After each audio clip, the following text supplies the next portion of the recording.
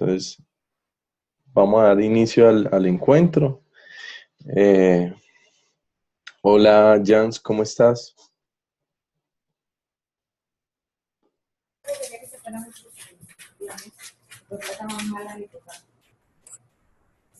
Hola, Hans. Buenas, profe, ¿cómo está? ¿Cómo ha pasado? Muy bien, Hans, ¿y vos? Muy bien, profe, conectándome. Estoy trabajando aún desde la compañía, pero intento conectarme para no perderme lo interesante que va a ser esta conferencia. Estoy atento. Listo, Hans. ¿Así se pronuncia tu nombre, Hans, o es Jans? Jans, profe, Jans Cova. Ya. Ok, Jans. Listo. Bueno, muchachos, miren, para el trabajo de aplicación nos quedan faltando dos secciones importantes, que son la justificación y la metodología. Sí, pero desde la pasada entrega nosotros habíamos quedado en algo y era, o sea, el último punto era el marco referencial. Ustedes entregaron un avance en este fruto 2, pero digamos que la mayoría de trabajos todavía deben trabajar un poco más en ese marco referencial. Y por tanto, la idea es que, digamos, aclaremos dudas al respecto. Entonces, para ese fin, yo voy a cambiar un poco la metodología de la videoconferencia y esta vez vamos a ser un poco más activos en el encuentro. Para eso yo les voy a compartir mi pantalla, un documento de Word, donde hay una especie de taller. Quiero que lo miremos nosotros en este encuentro para que podamos eh, entender mejor cuál es el propósito de lo que vamos a llamar el marco referencial. ¿Sí? Entonces, ¿están viendo mi pantalla, muchachos? Sí, Listo. Entonces, voy a agrandarlo un poquitico más acá y ahí nos van a plantear un caso, ¿correcto? Bienvenida, Evelyn. Eso es muy maluco. ¿Cómo?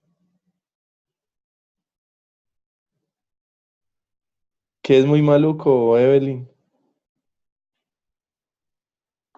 Profe, qué pena, como apenas estaba entrando, no había quitado el audio. Ah, ya. Ah, bueno. Bueno, muchachos. Entonces, yo lo voy a ir leyendo y ustedes van a ir siguiendo la lectura. Entonces dice, caso de estudio, marco referencial. Suponga que tiene el siguiente problema en su empresa. Los clientes se quejan de que los asesores del área comercial muchas veces no conocen suficientemente los servicios que ofrece la compañía, razón por la cual terminan ofreciendo información imprecisa o deben recurrir a la mesa de apoyo de la compañía, lo cual ocasiona reprocesos en la atención y pérdida de clientes. ¿Sí? Con base en el anterior diagnóstico, se decide implementar un plan de formación para los asesores de la compañía que les haga competentes en el adecuado asesoramiento de los clientes. Tal plan de formación se le encarga a usted y para ello un experto en aprendizaje organizacional le brinda el siguiente referente teórico, que es una pirámide de aprendizaje, como insumo para la labor que se le confió. ¿Sí? Hasta este momento, ¿se entiende cuál es el problema?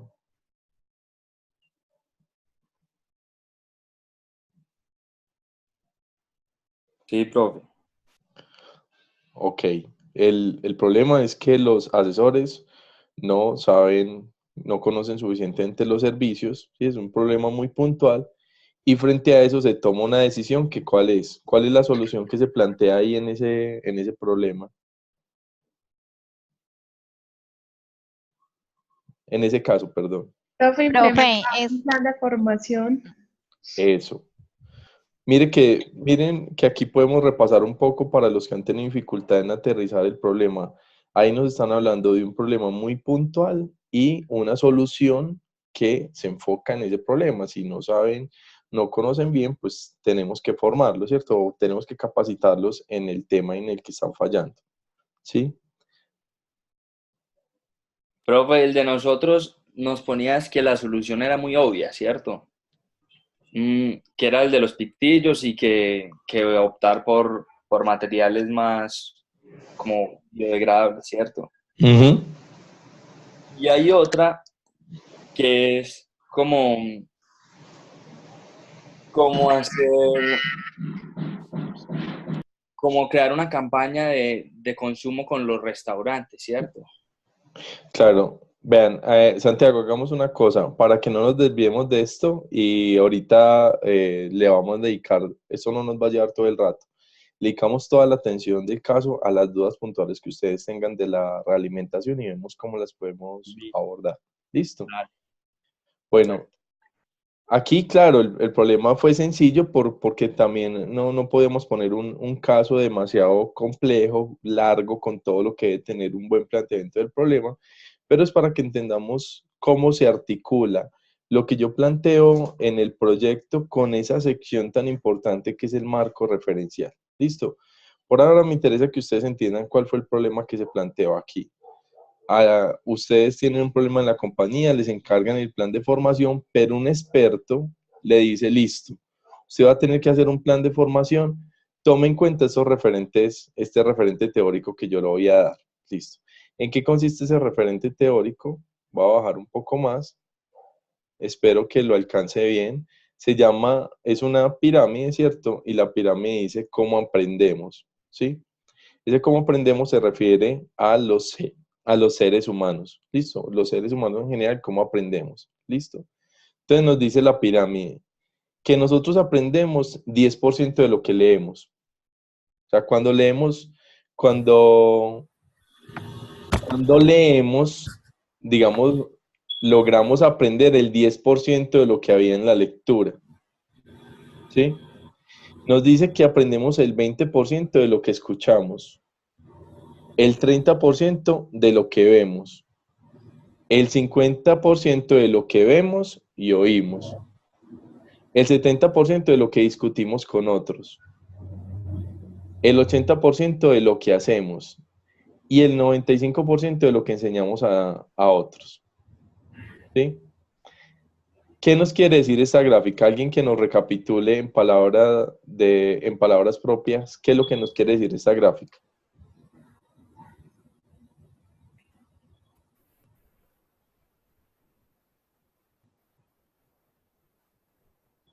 Pues nada, que lo que leemos no se nos queda casi grabado. No es tan efectivo como, ¿cierto? Los datos, pues lo que hacemos. Eso que uno aprende más haciendo, ¿cierto? Que lo que aprendería solo leyendo. Bien. Esos son los referentes o de eso se trata esta pirámide. Vale. Entonces, a usted le dieron ese referente para que lo tenga en cuenta. Ahora vienen las preguntas que yo quiero que ustedes razonen y las discutamos acá. Son solo 3 preguntitas. A ver. Ahí. Entonces dice, con base en lo anterior, discuta con sus compañeros. Vamos a resolver la primera. ¿Cómo se llegó a establecer como cierto o correcto lo que se plantea en la pirámide? Nos dice por acá esta imagen que esto lo propuso William Glaser. Ahora, ¿cómo se llegó a establecer como cierto o correcto lo que se plantea en ese esquema teórico? Ese es el referente teórico. ¿Cómo se estableció que eso era cierto?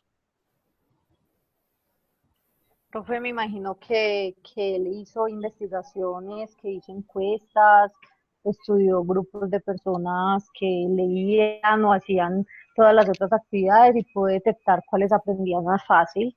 Exacto. Tal cual como le dice Elizabeth y nos habló de una vez de la metodología. Para haber formulado esta pirámide, no, él no se sentó en un escritorio a mirar y formular que la gente aprendía el 10% de lo que leía y especuló a ver si eso era cierto, sino que lo que hizo fue que tomó un grupo de personas, ¿cierto? Y se dio cuenta cuál mecanismo de aprendizaje era más efectivo finalmente para que se lograra el propósito del proceso formativo, ¿cierto? Se dio cuenta que unos eran más efectivos que otros. Bien, solo como comentario, este señor es un psiquiatra, hizo unos aportes importantes en varios campos y uno de ellos fue muy importante, muy determinante para el ámbito educativo. ¿Listo? Bien. Muy bien, Elizabeth. ¿Alguno de pronto tiene una opinión contraria a Elizabeth? ¿Algo que complementar?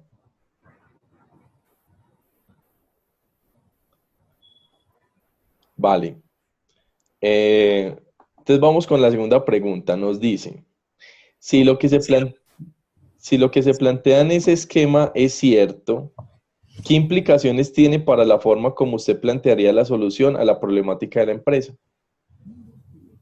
Si lo que se plantea en ese esquema es cierto, ¿qué implicaciones tiene para la forma como usted plantearía la solución a la problemática de la empresa?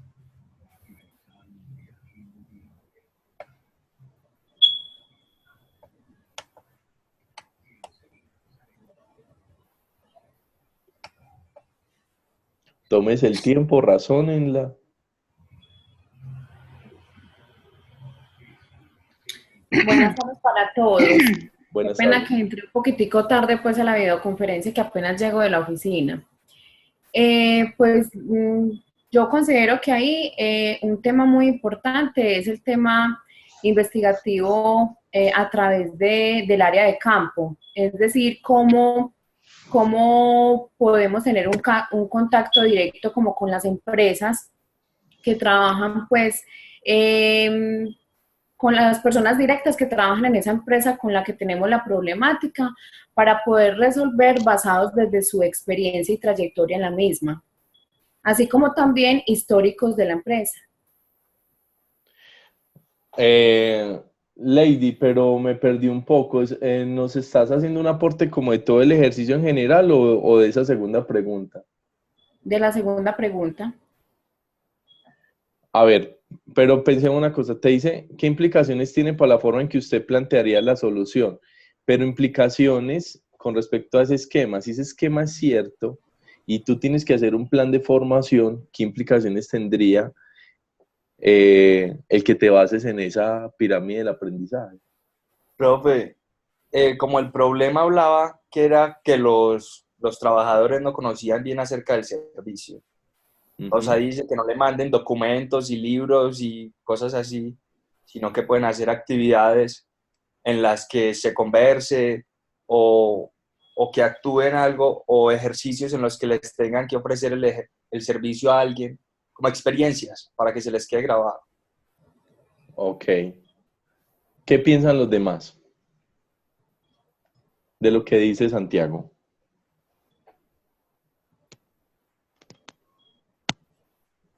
Profe, yo pienso algo parecido a lo que dice Santiago, sino que habría como que implementar un plan de capacitación, pues que lleve también a la experiencia, que ellos lo hagan, no solo llevarlos a una sala que reciban la capacitación o darles libros para que lean. O sea, se debería más enfocar en que ellos pues reciban obviamente la capacitación, les expliquen los servicios que ofrece la empresa, pero basada más en la experiencia, que les expliquen a los clientes, no sé, pues algo así. Vale, Kelly, ¿y qué te hace suponer que que es a través de la experiencia cómo va a ser más efectivo eso? Pues por cómo está la pirámide, que el 95% de las cosas se aprenden más haciéndolas, o pues explicándoselas a otras personas. Correcto. ¿Algún otro aporte? Profe, Sí, hola, buenas tardes para todos, con Lady Jaramillo. sí, Lady. Profe, yo pienso igual que mis otros dos compañeros en cuanto pues a la pirámide de William Glaser, que en lo que expone pues que él dice que no siempre tiene que ser algo memorizado, que igual tenemos como que desarrollarlo, o lo que vamos a aprender también es haciendo, o sea, que se aprende más haciendo que simplemente memorizar algo. Y eso se evidencia como en el día a día de cada uno de nosotros. En mi caso, pues que no trabajo,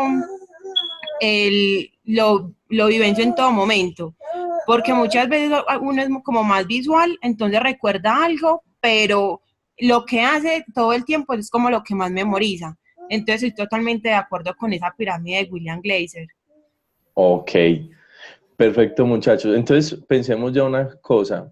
¿Cómo entonces se articula, cierto, la propuesta que uno hace con lo que llaman el marco referencial?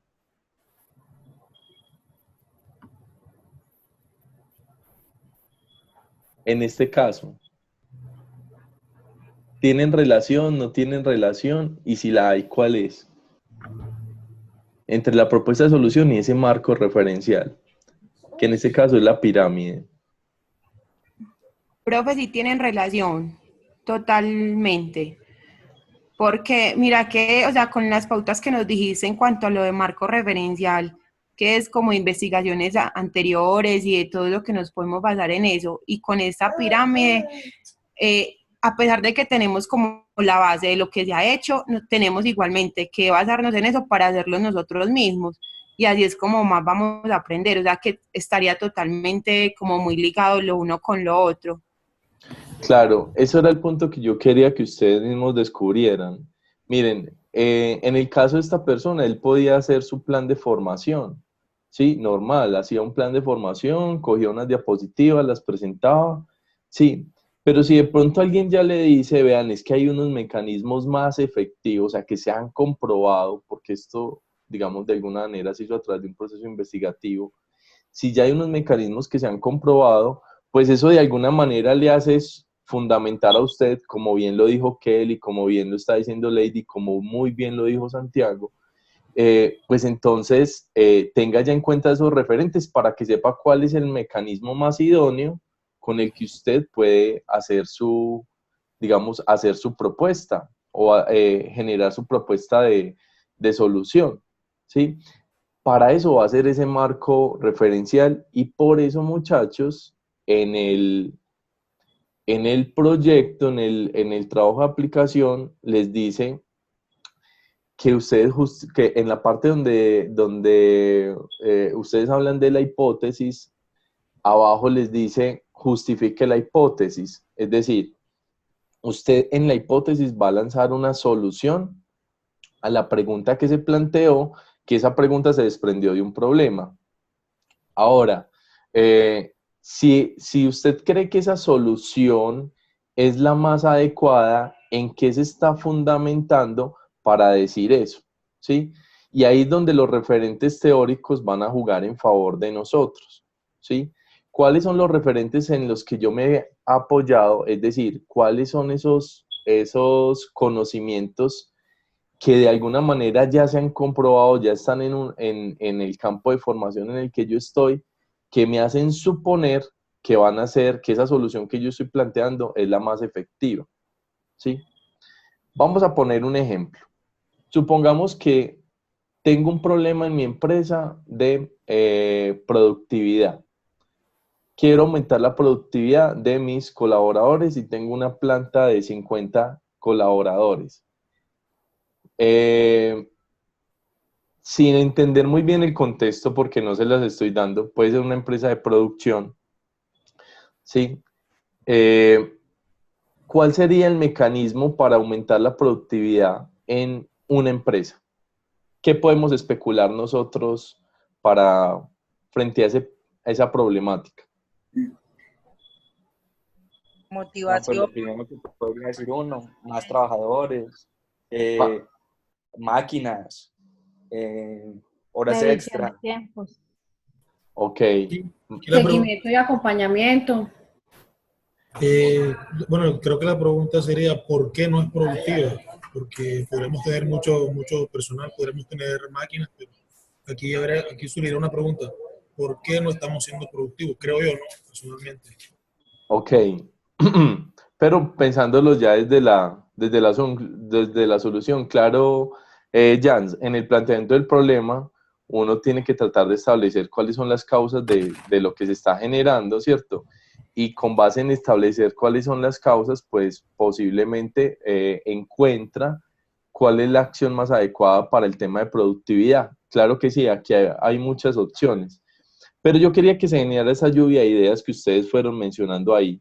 Por ahí alguien habló de la motivación, por ahí otro mencionó las máquinas, ¿sí? O el otro podía ser aumentar el número de trabajadores, ¿cierto? Aunque el tema de productividad yo lo estaba pensando de esta manera, que se había determinado en el problema que los 50 trabajadores no estaban dando el potencial que podían dar, ¿sí? Porque claro, yo puedo aumentar la planta de trabajadores y seguir teniendo un problema en la productividad porque sigue habiendo una subutilización del recurso. ¿Me hago entender?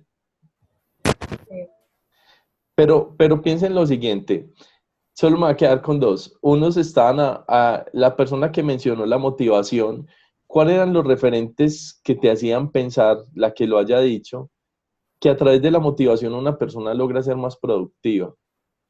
Profe, fui yo la que dije, porque en muchas ocasiones las personas dicen que pueden aumentar pues su eficiencia en el trabajo cuando están más motivadas, cuando se sienten pues como parte de la compañía, donde son tomadas sus decisiones, por esa parte yo lo vi.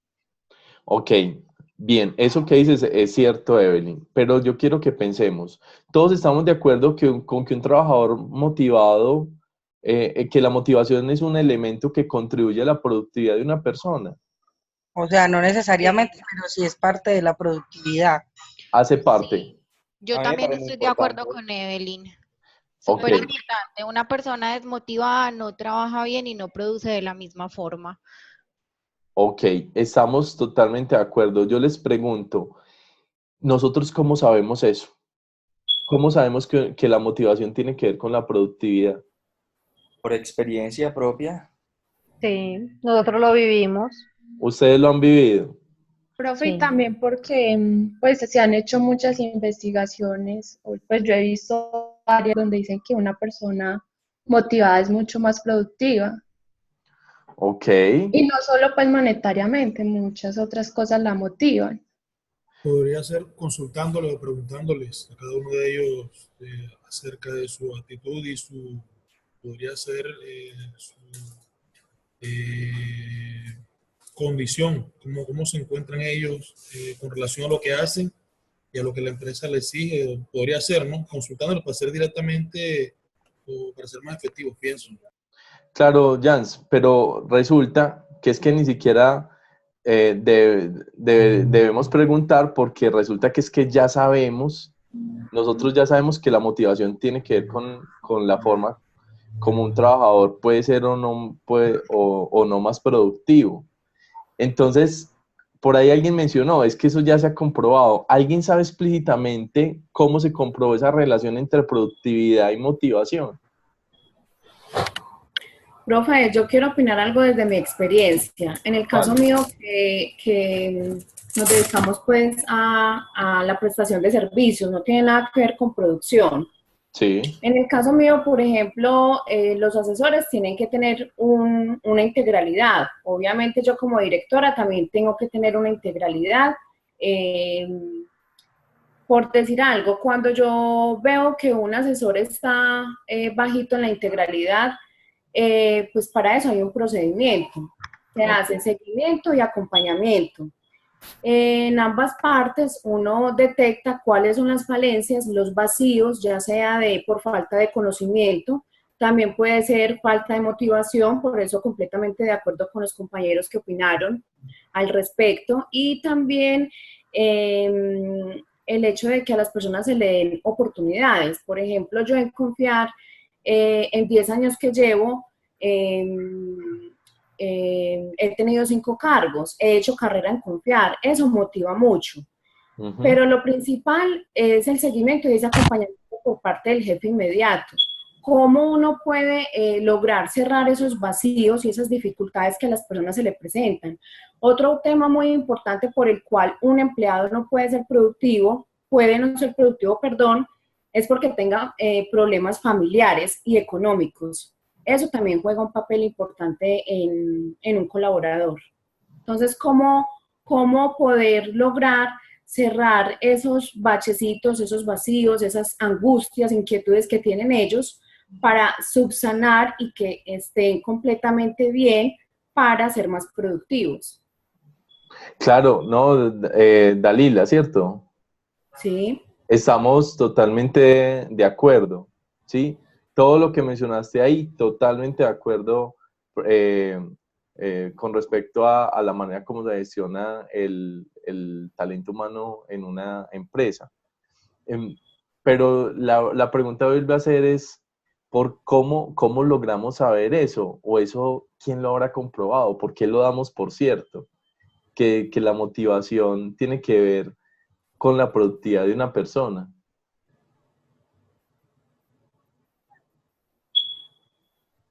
¿Alguien de pronto recuerda algo? ¿Será que voy a precisar más las preguntas? ¿Será que las empresas siempre fueron conscientes de que la motivación de un empleado influye en su productividad? No necesariamente. Bueno, de hecho no fue así. La evaluación que hicieron es por algunos comportamientos de los empleados, más que a eso. Claro, muchachos, pero mire, si nosotros ahorita somos conscientes de que la motivación tiene que ver con la productividad de un empleado, fue porque nosotros nos lo enseñaron. Y si no nos lo enseñaron o no lo recordamos conscientemente, hay unos referentes que ya compartimos, aunque no sepamos quién los formuló. Resulta que eso en las empresas no siempre estuvo. El hecho de que nosotros sepamos que la motivación es un aspecto tan importante se lo debemos a los experimentos de Elton Mayo. Recuerden por allá en Fundamentos cuando les hablaban un poco de la historia de su carrera, que les decían que Elton Mayo hizo un experimento donde se dio cuenta que esas condiciones psicológicas eran muy importantes para garantizar la productividad de un empleado y fundó a través de eso una escuela que se llama la Escuela de las Relaciones Humanas en los años 30. Es decir, hace casi ya 90 años nosotros tenemos certeza de esa importante relación entre esos dos aspectos. Pero ¿de dónde provino? De unos experimentos que él hizo. Antes del Elton Mayo, ¿cómo era que se garantizaba la productividad de un empleado? A ver si alguien recuerda un poco por allá el núcleo de Fundamentos. Antes del Elton Mayo, ¿cómo era que se concebía la posibilidad de cómo se trabajaban los problemas de productividad de las empresas, sobre todo las fábricas?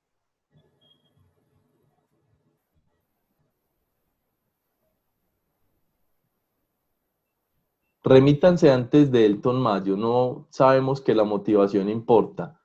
Piensen ustedes, garantizo productividad, ¿cómo hago?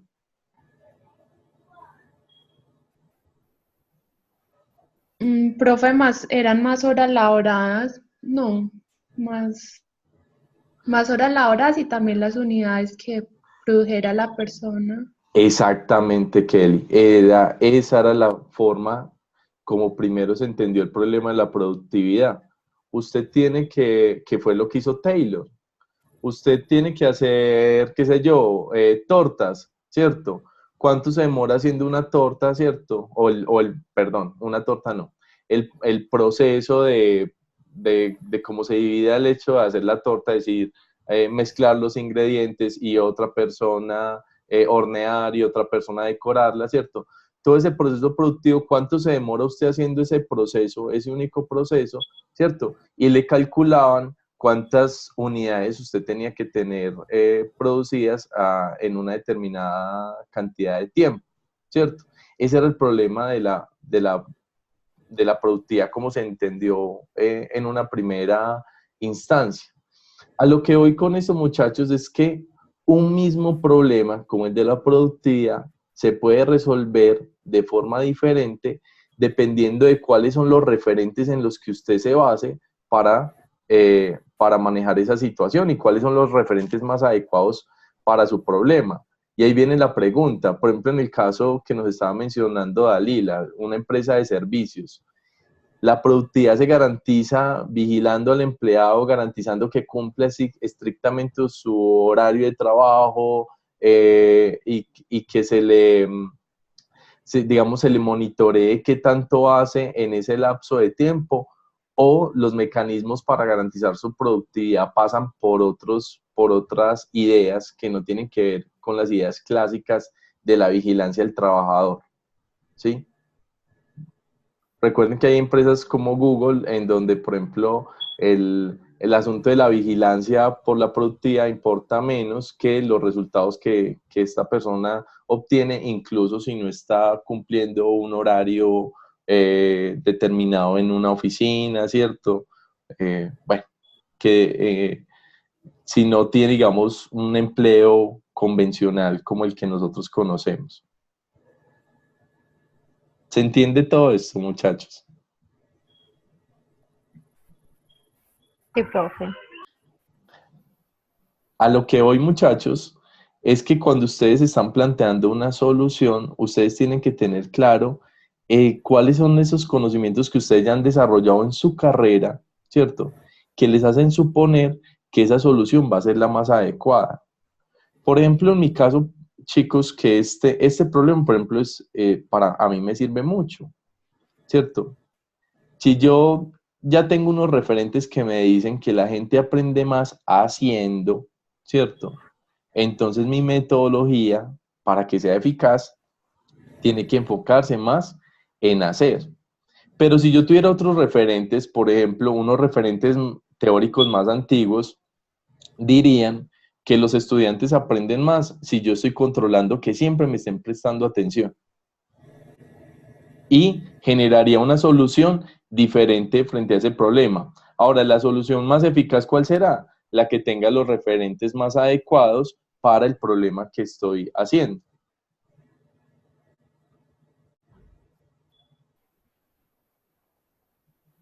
¿Se entiende?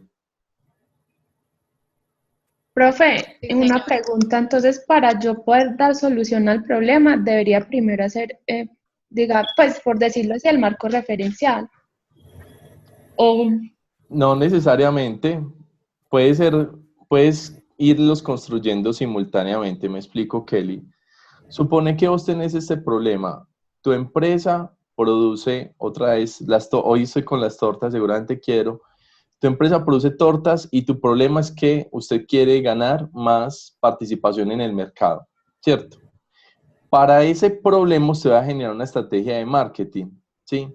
¿Cuál se te ocurre a ti, así, a abuelo de pájaro? Yo tengo mi mercado de tortas, quiero ganar participación, ¿qué voy a hacer? publicidad, de pronto, no sé. Por ejemplo, 2x1 una vez a la semana, por decir algo. Listo, una estrategia, eso que estás planteando ahí, Dalila, tiene un nombre. Eso puede ser una estrategia de promoción. Y esas estrategias de promoción, o sea, las han estudiado y han mirado en qué casos o en qué condiciones del mercado pueden ser efectivas, ¿sí? Lo mismo que si Kelly me hubiera dicho que ella va a ofrecer sus tortas más baratas, eso es una estrategia de precio, ¿sí? Y eso también se te ha teorizado, tiene sus ventajas y sus desventajas, ¿sí? Ventajas que, claro, el consumidor es uno de los elementos en que más se fija cuando va a adquirir un producto, ¿sí? Pero desventajas en que es una estrategia fácilmente copiable, ¿cierto? Y que no genera mayor valor agregado, ¿cierto? Pero otra, Kelly dice, no, yo no le voy a bajar el precio a las tortas, sino que para ganar participación en el mercado, yo lo que voy a hacer es que con la torta voy a dar un muñequito, ¿sí? Eso también tiene un nombre. Ahora, ¿cuáles son los fundamentos que yo tengo para suponer que la elección de una u otra estrategia es la más adecuada para mi problema? Ahí es donde yo tengo que tener claro qué es lo que el mercadeo ha dicho frente a estos asuntos para yo saber, vean, es que mi mercado, por ejemplo, es de consumidores de bajos ingresos. Por lo tanto, lo que más le interesa a un consumidor de bajos ingresos generalmente es que la torta le sea más barata. Esos son mis referentes. Eso lo ha estudiado el mercadeo. Ah, mis consumidores son de altos ingresos, entonces ya no tengo que jugar necesariamente con la estrategia del precio, sino que eventualmente me puedo basar en una estrategia de generación de valor agregado para el cliente. ¿sí? La solución, yo cómo la estoy fundamentando en lo que se sabe, en ese conocimiento previo que me da lo que yo estoy estudiando. O si, por ejemplo, ¿qué le dice? Yo me voy a basar en el servicio al cliente. Entonces, ¿qué te hace suponer que si generas una estrategia basada en el servicio al cliente, esa estrategia va a funcionar? ¿Sí? ¿Qué es lo que sabemos del servicio al cliente o con lo que tiene que ver con la prestación de un servicio? ¿Sí? Que me haga suponer que va a ser efectiva.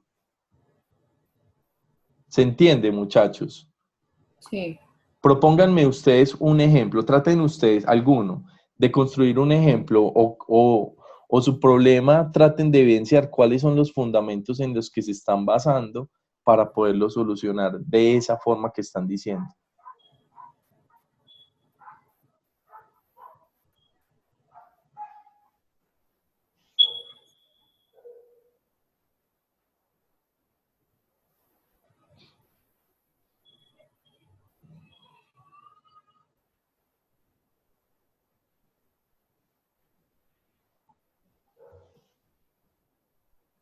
Pueden retomar el que ya tienen incluso en el trabajo de aplicación.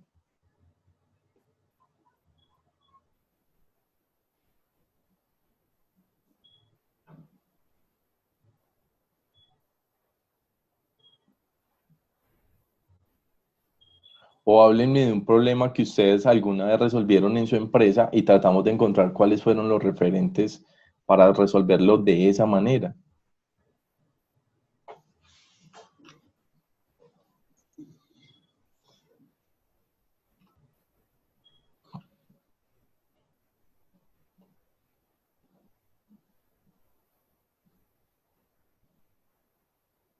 Profe, de pronto el caso de nosotros donde pusimos una empresa que implementó las ventas por e-commerce y ya entonces la problemática radicaba en que los asesores de tiendas físicas ya se sienten amenazados y consideran que el canal de e-commerce ya no es un aliado como se pretendía hacer saber desde un principio, sino que es como un canal que les estaba montando la competencia, porque entonces ya ahorita con esta era digital donde los clientes pueden pagar todo por internet, comprar sus cosas por internet, eso era una problemática pues como muy fuerte.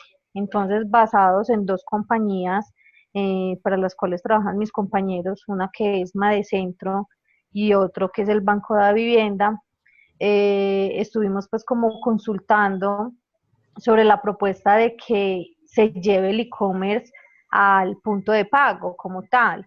Es decir, en una tienda yo tengo un limitante muy fuerte y es el espacio físico que yo pueda tener. Sí. Entonces, si yo vendo calzados, bolsos, chaquetas, prendas de vestir, yo obviamente tengo que tener una curva para poder cubrir las tallas que los clientes quieran llevar.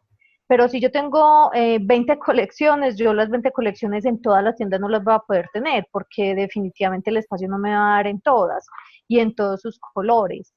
Entonces la propuesta era llevar el e-commerce a la tienda de manera tal que se cree un usuario que permita que el asesor también venda lo que no tenga en su tienda físico, lo venda por internet, al cliente le llegue y el cliente pueda pagar ahí mismo en la tienda si lo desea. Y que estas ventas le carguen al cumplimiento de la tienda y les permita a ellos ver el canal e-commerce como un aliado y no como una competencia. Bien, genial ese caso. Miren, aprovecho para una cosa adicional a lo que estás diciendo. Eso que plantea Elizabeth es un caso muy bien delimitado, un problema real en la empresa, ¿sí?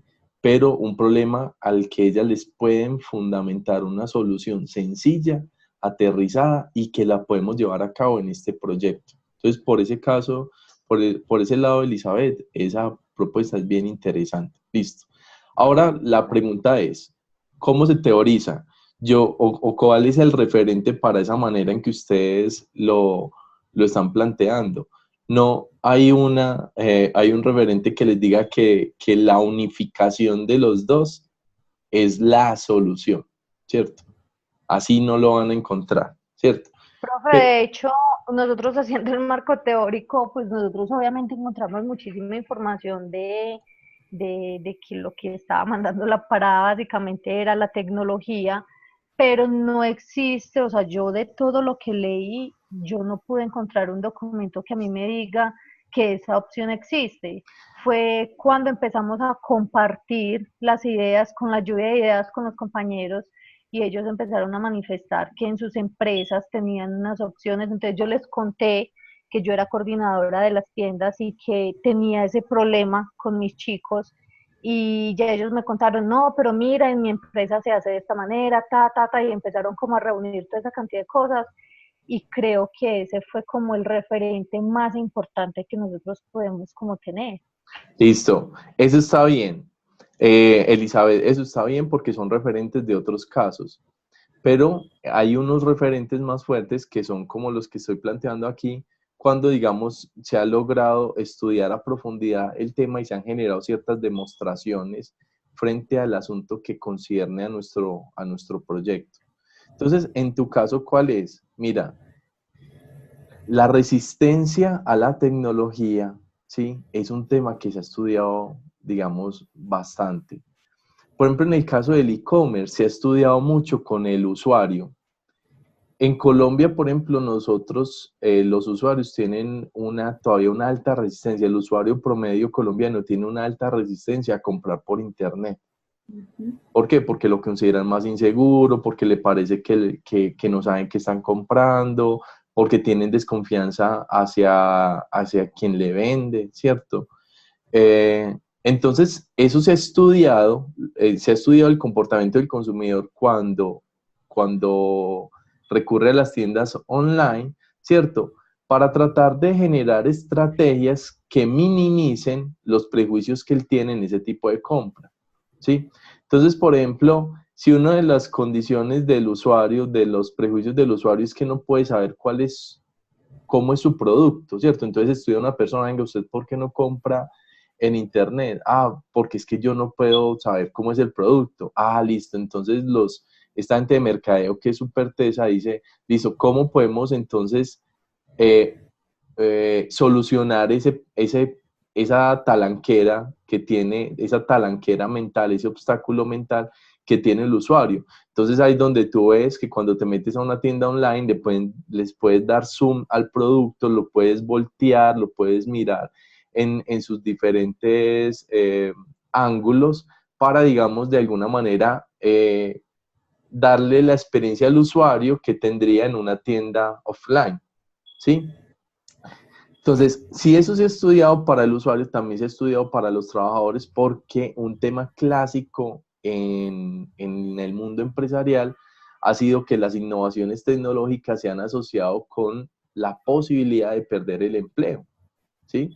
Que en este caso dice, bueno, si la gente empieza si la gente empieza a comprar más en la tienda online, pues yo pierdo ¿cierto? Pierdo esas ventas. ¿Cómo se ha estudiado, estos referentes, los que ustedes deben hacer, es cómo se ha estudiado el trabajar esa resistencia del colaborador hacia las innovaciones tecnológicas? Con seguridad que vas a encontrar algo. No referido a los clientes de una tienda como Vélez, pero sí en general hacia la forma como se ha estudiado ese fenómeno.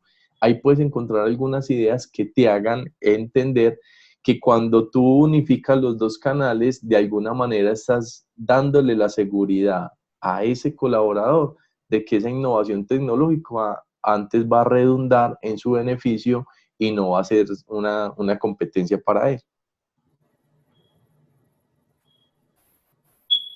Así es, profe. Listo, entonces explora esos referentes que ya tienen, que trabajan en el banco, bien, pero busca esos referentes con respecto a los prejuicios, a las innovaciones tecnológicas de los empleados, de los trabajadores, que con seguridad vas a encontrar algo de eso. Sí se ha trabajado mucho, yo sé que se ha trabajado mucho desde la perspectiva del usuario, ¿sí? Si tu problema fuera que, volteemos el problema, que tu problema fuera que los usuarios no están usando el canal, ¿cierto? ¿Tú qué harías? Sí. Buscarías cuáles son los referentes que ha estudiado el mercadeo del comportamiento del usuario en ventas online. para saber qué es lo que tendrías que hacer con ese usuario de convencerlo o garantizarle una experiencia en donde, en donde esos prejuicios no jueguen en contra del uso del canal. Bueno, ahora pensémoslo desde el otro lado. Gracias, profe. Bien. ¿Algún otro nos quiere proponer el caso que tiene?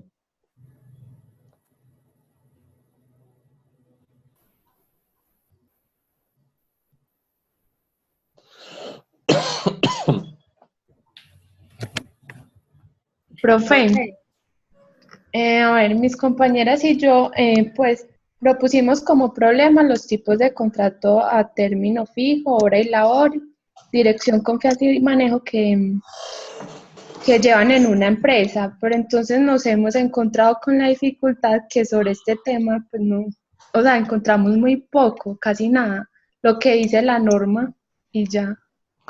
Ok. Por ejemplo, yo estoy con Kelly, profe.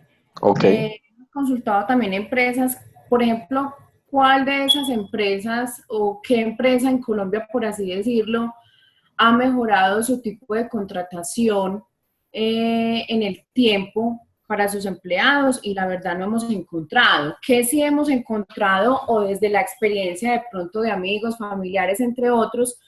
Por ejemplo, que una empresa que es una cooperativa de trabajo asociado tenía este tipo de contratos y por decir algo, la empresa se declaró en quiebra, entonces se liquidó. Sí. La otra persona, perdón, la otra empresa para la cual estos empleados prestaban los servicios, tomó esos colaboradores y los vinculó directamente. Entonces ahí digamos que, entre comillas, no aplicaría de que hay una experiencia de que la empresa pudo mejorar los tipos de contratación. Realmente es un tema complejo. Es muy complejo. Sí, bastante. Entonces, ahí como encontrar información no es como tan fácil. Entonces, no sé, profe, cómo nos puede orientar. Vale. Miren, pensemos una cosa. Primero, ustedes tienen que entender bien el contexto de la empresa. Tomar una empresa, ¿cierto? Y decirle, vean, es que sus trabajadores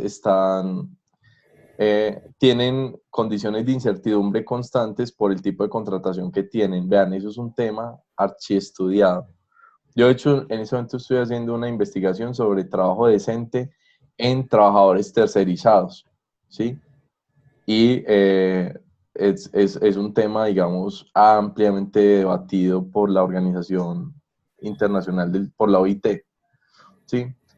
Por la Organización Internacional del Trabajo. Entonces, cuando uno mira un tema tan complejo, pues tiene que mirar primero las condiciones en las que está la empresa. Uno no puede decirle a una empresa, bueno, como estas personas tienen condiciones de contratación tan temporales, pues contrátelos a todos, porque nos vemos ante la realidad de que el trabajo en temporal o ese tipo de contratación existe precisamente por las dinámicas que manejan algunas empresas, en donde solo necesitan mano de obra, digamos, por unas tareas específicas o porque solo lo requieren por temporadas, ¿sí?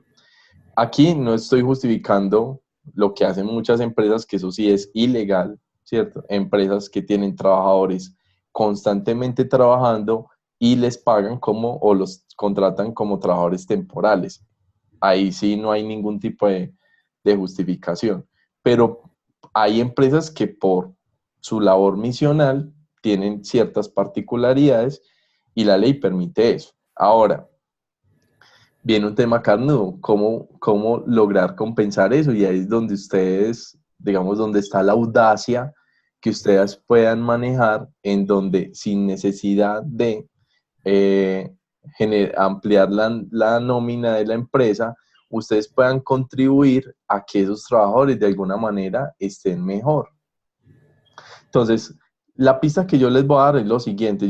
A mí se me pueden ocurrir muchas ideas, pero la pista que le doy es lo siguiente. Puede que ustedes no solucionen del todo ese problema, o sea, que la contratación siga igual, pero ¿qué podría ofrecer la compañía de alguna manera que sea un compensatorio y que esa situación a través del programa o del plan o de la propuesta que ustedes diseñen de alguna manera estén mejor que la situación inicial que ustedes proponen ahí. Ahí ustedes tienen una cantidad de alternativas para poderlo hacer. No les digo cuál es el referente teórico, porque para tener el referente teórico yo lo que tengo que tener muy claro es hacia dónde está apuntando la solución del caso, ¿sí? Lo que sí les puedo decir es que sí hay hay mucho conocimiento teórico, referentes, con respecto a cómo se siente un empleado en condiciones de precariedad laboral, es decir, en contratación inestable. Ustedes pueden trabajar eso en su marco referencial. O sea, si los trabajadores de esa empresa se sienten inseguros o esos elementos que ustedes mencionaron, eso se ha estudiado. O sea, hay unas implicaciones fuertes en la forma como el empleado asume el compromiso con la empresa solo por la forma en que lo contrata, ¿sí? Por ejemplo, se ha teorizado mucho, Dalila y Kelly, sobre las relaciones de desconfianza, ¿sí? Como yo sé que en cualquier momento esa empresa prescinde de mis servicios, ¿cierto? O no me llama más, pues yo también en cualquier momento que encuentre la oportunidad, pues me voy y les puedo dejar el trabajo tirado, ¿cierto? Y eso tiene unas implicaciones importantes para la empresa. ¿Por qué no exploran ese tema en ese marco referencial para que ustedes tengan mejor fundamento de qué es del problema complejo que ustedes tienen para abordar ahí? Pero eso no quiere decir, chicas, que no haya nada que hacer. Hay casos a nivel mundial, pero esto ya a nivel de las políticas de empleo, digamos a nivel de todo un país, en donde han tratado de compensar esa necesidad de contrataciones temporales o contrataciones por labores específicas con otras gabelas para el trabajador. Por ejemplo, en algunos países europeos, y esto se los comento solo de pasada, un trabajador puede tener contratos temporales, ¿sí? Pero la empresa está obligada a pagar unos seguros tal que esta persona, en el tiempo en que pueda estar vacante, sigue recibiendo algún tipo de bonificación, ¿sí? Entonces lo llaman flexiseguridad, porque el trabajo es flexible, la contratación es flexible, la empresa puede ir contratando o despidiendo o dejando de contratar a trabajadores según sus necesidades, pero ese trabajador no queda librado a su suerte, sino que de alguna manera desde el Estado existen ciertas regulaciones para garantizarle que no va a quedar del todo desprotegido, ¿sí? Obviamente, Dalila y Kelly, no, esto funciona en Europa, donde se pagan unos impuestos altísimos y donde se pueden dar el lujo de hacer este tipo de cosas. Aquí en Colombia, ese tipo de propuestas a nivel de todo un país nunca han prosperado y, bueno, por eso las condiciones de contratación de mucha gente en nuestro país son absolutamente terribles. Pero les digo, es cómo ustedes pueden pensar una alternativa, y vuelvo y quiero insistir en la audacia de este ejercicio, en donde ustedes, conociendo bien las posibilidades de la compañía, puedan generar una propuesta que hagan que estas personas puedan estar mejor o que de alguna manera ese problema se traslade o se disminuya o se mejore, ¿cierto? Y con eso ya el ejercicio habrá valido la pena. Gracias, profe. Vale, pero no lo vayan a cambiar, porque me parece que ahí es donde está el reto. Mire que yo les decía a ustedes algo. Qué gracia hacer unos proyectos donde usted quiere cambiar el mundo en 6 páginas o 7 páginas que tenemos del trabajo aplicación, cuando hay problemáticas solo a nivel empresarial, solo a nivel micro, que ya de por sí son complejas de intervenir. ¿Cómo hago? ¿Cómo genero una propuesta que de verdad tenga posibilidades de realizar? Porque el papel aguanta todo. Muy fácil decir, listo, entonces contraten a todo el mundo. pero estoy teniendo en cuenta las condiciones financieras que eso implica, las condiciones administrativas, ¿sí? Cualquier cantidad de factores que pueden intervenir para que esa propuesta sea viable o no.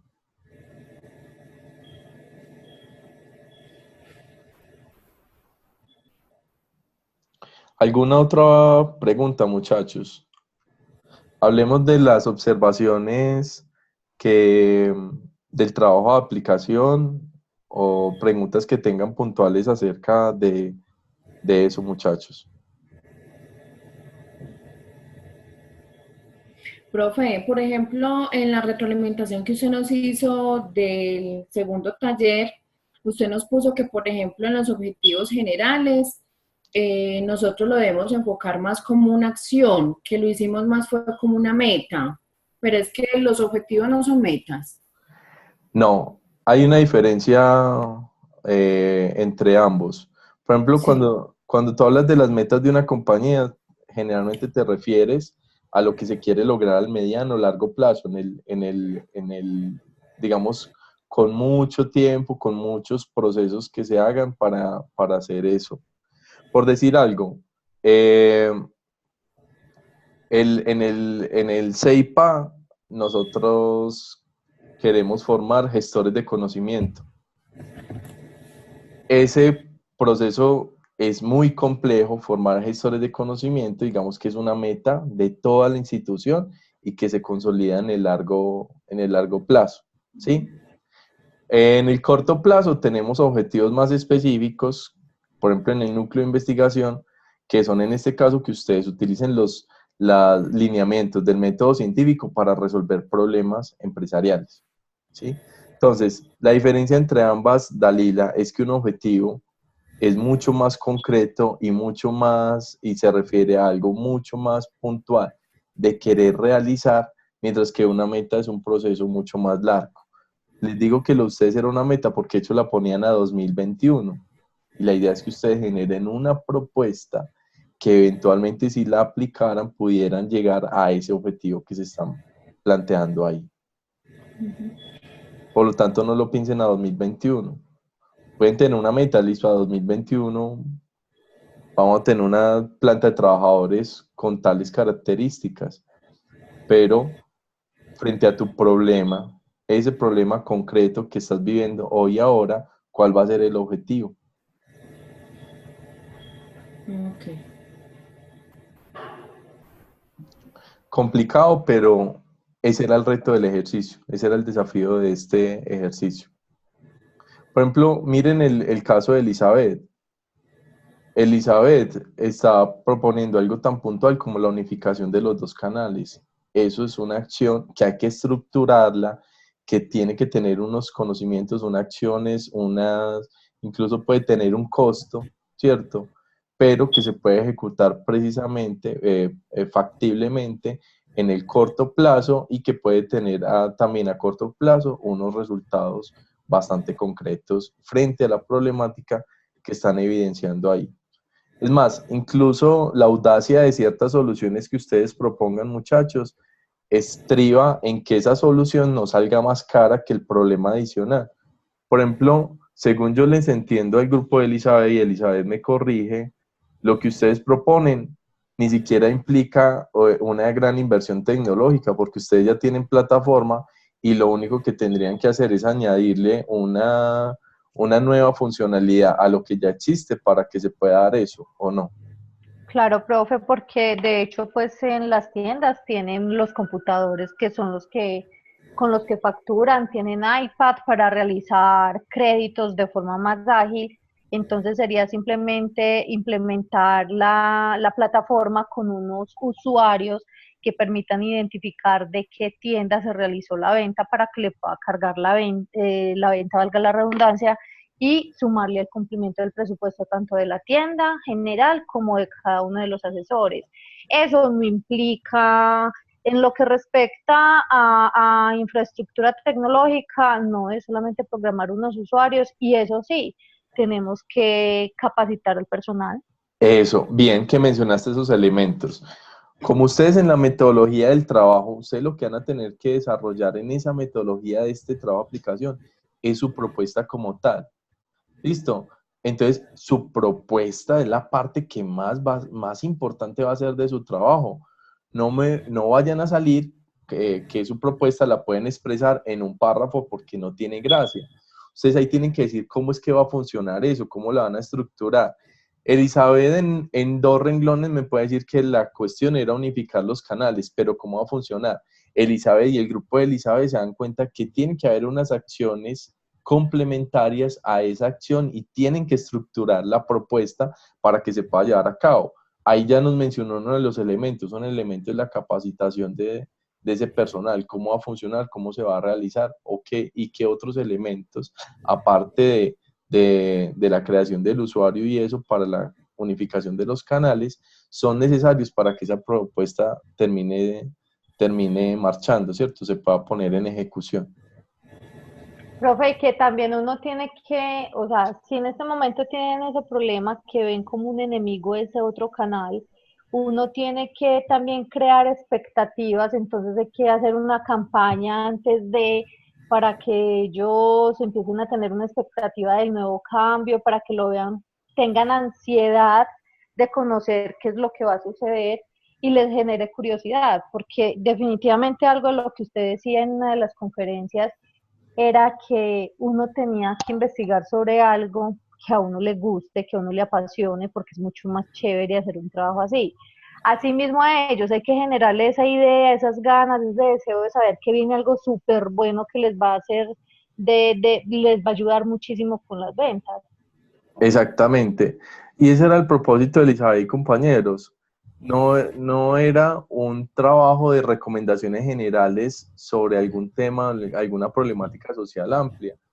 Nosotros siempre nos quejamos que el ámbito educativo parece estar distanciado del ámbito donde realmente ejercemos nuestra profesión.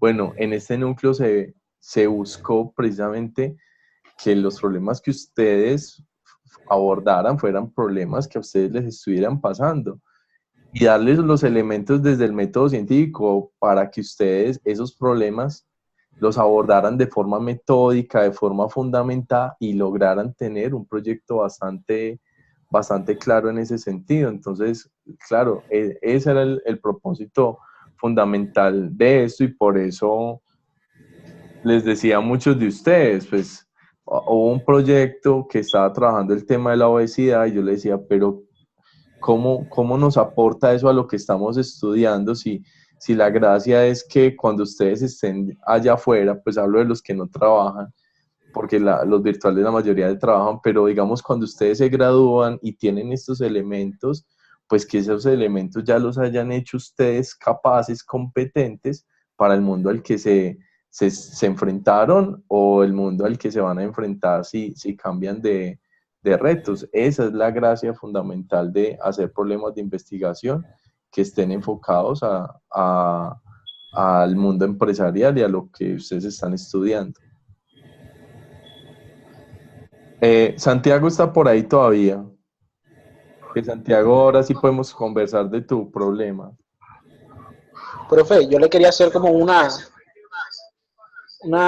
pregunta. Lo que pasa es que nosotros nos guiamos bastante fue por los límites que coloca usted en palabras en el trabajo de aplicación. Por eso es que nosotros nos limitamos más que todo en la explicación y en las aclaraciones de cómo se van a hacer las cosas. Pero nosotros nos podemos salir de esos límites para poder hacer un buen trabajo. Yair, no, te voy a decir una cosa. Esos límites te van a obligar a que tú seas muy asertivo en la manera como vas a dar la información. Si por ejemplo, en la descripción de lo que estás diciendo ahí, todavía no estás aclarando bien cuál es el problema o hay ciertos elementos, seguramente puedes reducir buena parte del texto que tienes porque no estás atendiendo a lo esencial. ¿Listo? Siempre hay posibilidad de, en pocas palabras, decir mucho. Solo es cuestión de saber rearmar otra vez las ideas. Recordame, el trabajo de ustedes era sobre qué. No, el mismo de Elizabeth. El de los El de canales Elizabeth. El del e-commerce. El del e-commerce. Ajá. Ah, pero no recuerdo esa observación. ¿Se la hice en una sección en particular? No, o sea, yo le hago las observaciones por eso, porque ustedes nos pide que argumentemos más para poder así ustedes entender lo que nosotros estamos tratando de decir. Entonces, al nosotros argumentar más, pues nos lleva más palabras en sí como tal, y van sumando, y por eso es que se rompería el límite de palabras que usted nos coloca. Ah, no, pero Yair, si es por lo que estábamos hablando ahorita en la sección de la metodología, eso perfectamente lo pueden decir en ese número de palabras. Yo pensé que era que les había dicho que habían puesto, en todo lo que habían puesto no les había entendido la idea. En el caso de ustedes, la idea está clarísima. Creo que se los había mencionado incluso que el problema era bastante claro. Ahora, en la metodología, ustedes deben detallar eso, pero en el espacio que tienen de palabras, perfectamente lo pueden hacer. Es más, yo les sugiero a ustedes, a los que escuchen esta videoconferencia luego, que esa propuesta que ustedes tienen, la estructuren y la representen, por ejemplo, en un esquemita, en un modelo, que pueda tener unas fases, que pueda tener unos componentes. Eso ayuda a entender de que ustedes están pensando la propuesta de modo sistemático y ordenado. Y ya en el resto, pues, pueden explicar cómo funcionará o cómo se aplicará. Pero perfectamente, Ok, bro. perfectamente Bueno, se puede hacer Yair. venga, yo le hago la pregunta. Nos habías puesto en lo de los pitillos que era muy obvia la solución de los pitillos biodegradables, ¿cierto? Ajá. Pero bueno, pero esa sería como la solución y las investigaciones, porque también se podrían dar las soluciones de pitillos de papel y vainas así, pero entonces se podría justificar por el hecho de que el plástico biodegradable se va por el mismo tipo de máquinas, no hay que cambiar la Listo. maquinaria. Listo, Santiago. Vamos a hacer una cosa. Yo ya le entiendo. Yo les dije, miren, primero vamos con varias cosas. Uno, ustedes ya determinaron la empresa en la que van a trabajar. Conozcan mal esa empresa, es lo primero. Ustedes en el planteamiento del problema se enfocaron en el tema ambiental, bien en ese contexto, pero lo de la empresa lo despacharon en un parrafito y eso es lo que más tiene que resaltar.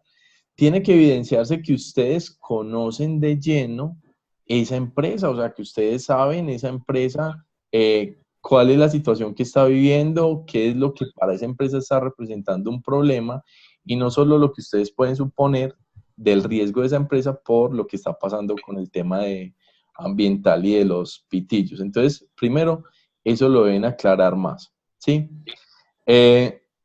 Si ustedes van a proponer que la empresa implemente pitillos biodegradables, entonces ustedes deben, como la solución es más obvia, es muy obvia, entonces la forma en que eso va a operacionalizarse, es decir, en que eso va a implementarse no es tan obvia, porque eso tiene unas implicaciones en los costos, eso tiene unas implicaciones en el mercado que tienen. Esos elementos son los que ustedes entonces deben profundizar para que esa propuesta, digamos, se salga de lo que parece obvio y ustedes de verdad me muestren en el trabajo, hombre, que ustedes están pensando ese problema desde la complejidad de lo que implica. Yo les decía, por decir algo, yo puedo coger una empresa como Eternit, que trabaja con asbesto. El asbesto es tóxico. Yo hago un proyecto sentado desde la comodidad de mi casa donde le digo a Eternit que su solución es cambiar las tejas de asbesto por otra cosa. Magnífico, hice una solución, pero realmente dije algo que digamos no pudiera suponer la misma empresa. Entonces, ¿cómo yo podría cómo mi propuesta podría tener valor si yo se la presentara a la empresa? Si yo, por ejemplo, le aclaro cuál es la mejor alternativa para sustituir ese producto o o si yo le establezco los mecanismos con los que puede volver a conquistar ese mercado con productos que le den la misma funcionalidad. O 3, si yo le establezco cuál es el costo de sustitución de ese material, o si yo, por ejemplo, le genero el programa de responsabilidad social que va a hacer que la empresa gane posicionamiento en su imagen por la implementación de un cambio en los productos que generalmente ofrece. Es decir, Santiago, la idea es que ustedes no resuelvan eso de esa manera, digamos, tan obvia, sino que muestren cuál es el valor agregado que realmente ustedes tienen. Y les digo, es un tema complejo. Se tiene que evidenciar que ustedes están conversando con esa empresa, con los que están metidos ahí, para que puedan ustedes mostrar, vean, es que la empresa en realidad el problema que tiene es este, y la solución, ya mirando sus condiciones financieras o sus condiciones de mercado, más viable puede ser esta, y que fundamenten toda esa propuesta como tal. Eso en este momento en lo que muestran del trabajo todavía no es visible. Puede que ustedes tengan información que realmente sea muy valiosa ahí, pero al menos en el trabajo todavía no la están mostrando. Bueno, y porque el problema no es actual, sino como adelantarse a futuro, ¿cierto? Ok. Para no llegar a perder, sino que es algo que ya saben que va a empezar a caer por toda la ola ambiental y todo esto, y que seguirá cada vez peor, ¿cierto? Listo, Santiago. Entonces, listo. Es algo para lo que se deben preparar. Entonces, supongan que ustedes son los consultores de esa empresa. Eso se viene a futuro. ¿Qué propuesta ustedes pueden hacer que pueda ser implementada aquí y ahora, que le apunte a que la empresa dé ese salto que tiene que dar? ¿Cuál es el aspecto en el que ustedes pueden aportar? Listo. Yo había pensado, ¿cierto? Otra, que Sí. es lo que te estaba contando al principio, y era como hacer un convenio con los restaurantes y los lugares a los que distribuyen, ¿cierto? Como de un reciclaje, como en compañía de los restaurantes, pues que se aseguren de que los pitillos vuelvan. Ok. Santiago, Algo más, puede ser. obviamente. Puede ser, o sea, ahí tienes cualquier cantidad de posibilidades, pero yo voy a tener eso mucho más claro cuando tú me muestres el problema y cuando ustedes hagan notar en el trabajo cuál es la información que están obteniendo de la situación de la misma empresa, para que sepan cuál es la solución más adecuada. Se nos pueden ocurrir muchas, ¿cierto? Pero cuál es la más adecuada y cuál cabe dentro de lo que ustedes pueden proponer. Supongan que ustedes de aquí a un mes tienen que reunirse con esa empresa y ellos tienen mucha expectativa de qué es lo que le van a solucionar. Cuando yo ya escuché al paciente, al empresario, sobre qué es lo que le duele, qué es lo que le hace falta, qué es lo que le está preocupando, cómo yo llego después de entender bien, recabar la información bien, ordenarla, decirle, mira, frente a esta situación en el corto plazo, esta es la medida que puedes tomar, tomando en cuenta que pues no le va a implicar a usted un costo alto o cambiar la labor misional de la empresa, sino que ahí es donde voy yo, a la audacia de la solución que ustedes propongan para esa situación puntual.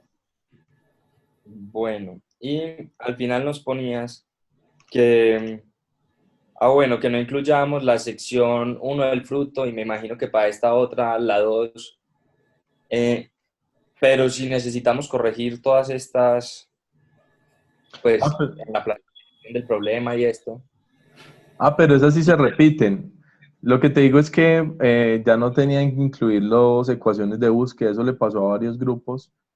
Listo. Y por eso pedí que depuraran el trabajo.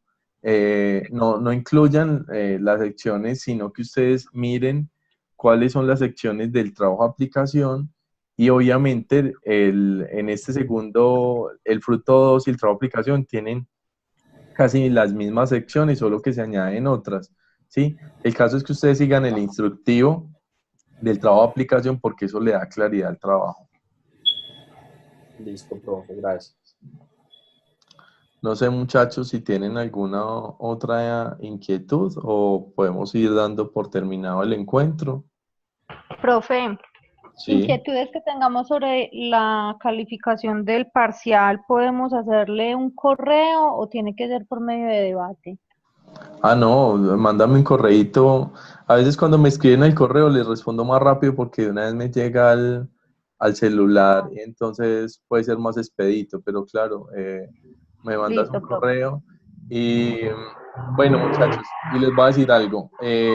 Voy a dejar la entrega del trabajo de aplicación para el día martes, darles tiempo para que ustedes hagan unos muy buenos proyectos. ¿Listo? Nuevamente va a cerrar el martes, no este domingo, para que Ok. me ayuden a regar la bola con sus compañeros y ahorita mismo les voy a mandar un correo indicándoles eso. Profe, con respecto al parcial, o sea, no sé si le hicieron los comentarios al iniciar la videoconferencia porque no estuve en la apertura de la videoconferencia, pero entonces no sé si me puede retroalimentar cómo se plantearon esas preguntas porque la verdad fueron como que, o sea, no sé, yo las sentí como muy complicado o de pronto las sentí como muy fácil y al momento de responder era otra cosa. O bastante confuso. Ya ahí las preguntas eran una batería de preguntas para todos los núcleos. O sea, todos los profesores de investigación en ese momento aplicaron el mismo parcial. Todas las preguntas salían de temas puntuales que se planteaban en el texto guía. Lo que se buscó era que no hubiera una posibilidad abierta de interpretación, solo se hizo en la pregunta abierta final, pero lo otro tú mismo lo puedes corroborar en el texto guía. Ya si tienes alguna duda puntual, planteármela en un correo. Ok, listo. ¿Alguna otra inquietud, muchachos?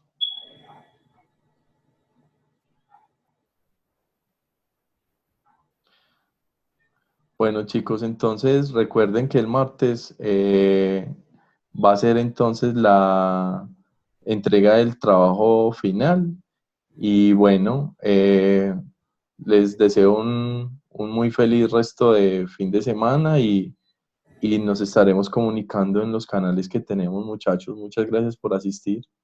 Profe, cierto, qué pena. El martes también se habilita el debate, Sí, el debate también se habilita el martes, que Elisa. sería hasta el 31 que estaría disponible. Exactamente, de martes a viernes. Ok, profe. Bueno, chicos, entonces, bueno,